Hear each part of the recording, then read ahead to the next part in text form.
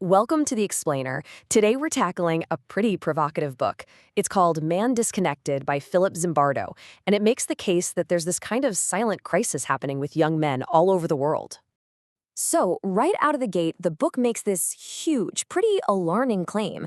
The argument is that young men today, well, they're struggling. Academically, socially, even sexually, in ways that are kind of unprecedented. It's like they're fundamentally disconnected from the basics of life, work, love, all of it.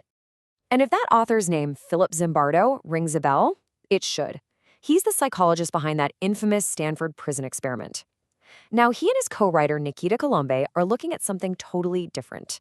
They're calling it a meltdown of manhood in our modern world. But listen, this book isn't just about doom and gloom. It's not just ringing an alarm bell for the sake of it. The authors are really clear about their goal. They want to pinpoint the problem, figure out what's causing it, and then, and this is the important part, actually lay out some potential solutions for all of us. Okay, so what are we even talking about here? What does this disconnection actually look like in the real world? The book points to a whole bunch of symptoms, things you can actually see, that it says are becoming more and more common. And according to the authors, these signs are everywhere. You've got boys underachieving in school, young men just kind of checking out of the workforce, a lot more social awkwardness and isolation. And then there's the big digital stuff. Tons of time spent on video games, overuse of online porn, plus rising obesity and more guys relying on medication or drugs. Let's just take one of those video games. The book throws out this absolutely staggering number. Get this.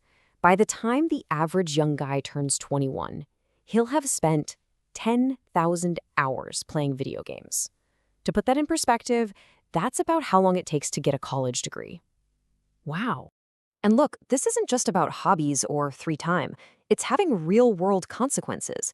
The book points to OECD data showing that for men between 25 and 34, the unemployment rate has climbed to 9% worldwide. That points to a serious withdrawal from the economy. Okay, so why? Why is this happening? The book is pretty clear that these symptoms aren't just popping up randomly.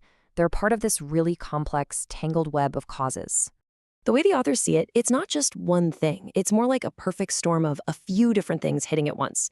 They talk about the rise of fatherless households, which can leave boys without clear male role models. They point to school systems that, might not be set up to really engage boys, favoring sitting still over hands-on learning. Then you've got economic uncertainty, maybe even some environmental stuff affecting biology.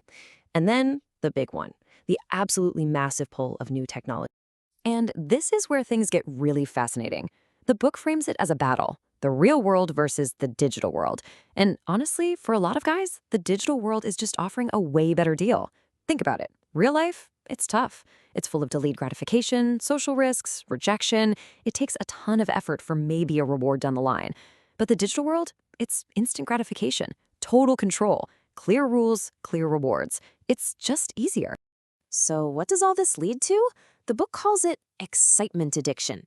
It's this state where your brain gets so used to constant new, exciting stimuli that it just craves it.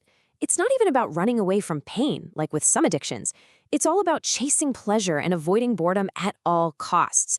And the side effect? Well, it makes the slow, quiet, sometimes difficult parts of actual life seem super boring.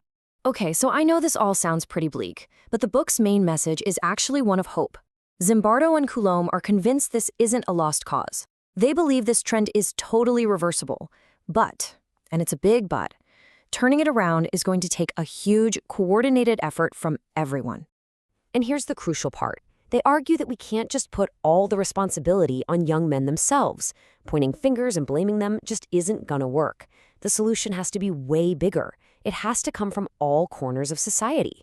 We're talking about things like better mentorship programs, maybe even creating new kinds of rites of passage for the modern world, and just building stronger communities.